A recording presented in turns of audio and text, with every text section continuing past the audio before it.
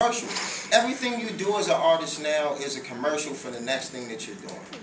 You know, and just dealing with the economy and everything, for real, like, some people can't afford to buy that album. I mean, like, I can go back to the beginning of our career where we would go and do, when it was a lot more mom and pops still around and stuff like that, and we would go into the stores and it would be little kids in the hood that loved Dru Hill and would see our videos or what have you, you know, because you still had a whole lot of local video shows, but they just didn't have the money to buy the record. So we would go into the store and we would buy every record and single they had in the store and just give it out to the kids that couldn't afford it.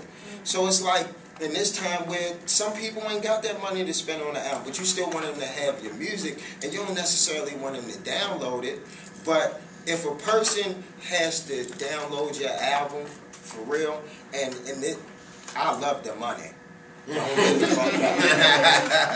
I love the money, but if a person has to download your album to make the choice between buying your album and going to do something that they really do, I mean, it's like, what can you say for real? Like, I would rather stick to, you know, the people who do it legally as far as like the live streams and stuff that they do with different, you know, radio stations and sites and stuff like that. But we're in a digital age, and there's so many shady people in this business that you don't know whether when you finish mixing the album, is it somebody in the studio sending the master out? You don't know once you go to master the album, is it somebody from the mastering plant that's saying? I mean, like, you have no control. So the only thing that you can really do as an artist right now, until the industry decides to pay for the technology that's out there to keep this shit from happening, shut it down. Speaking of which, you gotta make great music. I mean, to all of y'all out there, the technology does exist to keep y'all from pirating our shit. It just costs too much money for a motherfucker want to pay for it right now. Because I'm gonna give y'all a little bit of insight. When you're an A&R and they go in and they do the pre-releases of the album, you get a watermark CD that you damn near can't play in your fucking computer. So it does exist. You heard that? Understand. You understand. So to wrap it up, we have one last question. It's a fun one. Wrap it up. If you could be any other group member, who would you be? No, I don't be me. I like my role. Did somebody ask that for real? I don't want to be any other group member. Who would do that? I don't want to be none of these. Or let's switch it up. Let's say qualities. Let's do that. Let's say is there qualities in I kind of like that. I'm good. I like it. Got no need to hold up my life, man. I love something. Who would do that? Well, ladies and gentlemen, I guess that's it. No. Before we go, Let's go over a few things here. hold on. Okay, this is a commercial. Yeah, I was gonna say. All right, before we go, we want to send a special shout out to Isaac and Danielle. Yeah. We gotta, and I want to give y'all, I'm gonna tell y'all, why we received a letter from Isaac about the fact that, you know, he was quadriplegic and he was marrying this incredible woman who just loved him to death. And he asked us to be a part of his ceremony, whatever we could do. And it was kind of like we received so many blessings and so many chances to do what it is that we were put here to do. It would be crazy for us not to go out and do something for the people who made us who we are. And a lot of times artists don't do that. You just think that like, oh, I make music and people buy it. No, it's not the way around. It's like you make the music, but if people don't buy it, you know, they're not obligated to buy your music.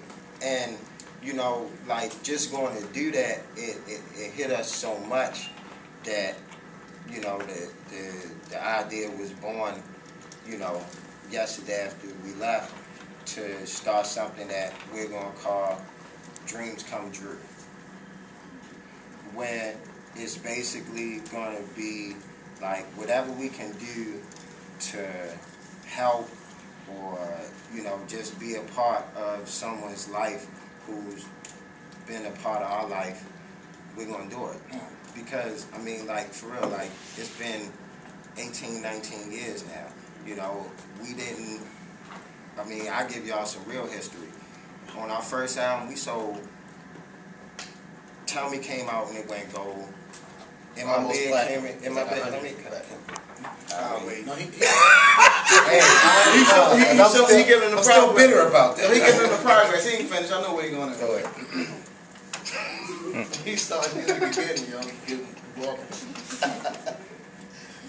In My Bed came out when gold was on its way to platinum. We sold 29,000 records the first week on that Dru Hill album. To the point where people were sitting around like, what we gonna do with these guys? But we went out there and we pounded the pavement. We went out and performed on every stage that they would let us on that had a microphone. I'm talking about we were in clubs with dirt floors. Yeah, I was going to say it wasn't even stages all the time. We was on one mic. Yeah. We was on crappy sound systems. We were driving any and everywhere we had to be to go out and touch the fans that were into what we were doing at the time.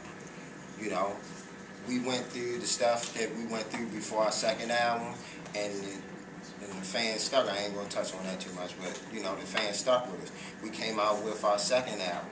You know, we had our first single off our second album go #1 in 3 weeks, and ended up selling 2.5 million records. You know, we got a gold record in Germany, one of the first R&B records to go gold like that over there. You know, we came out with our third album.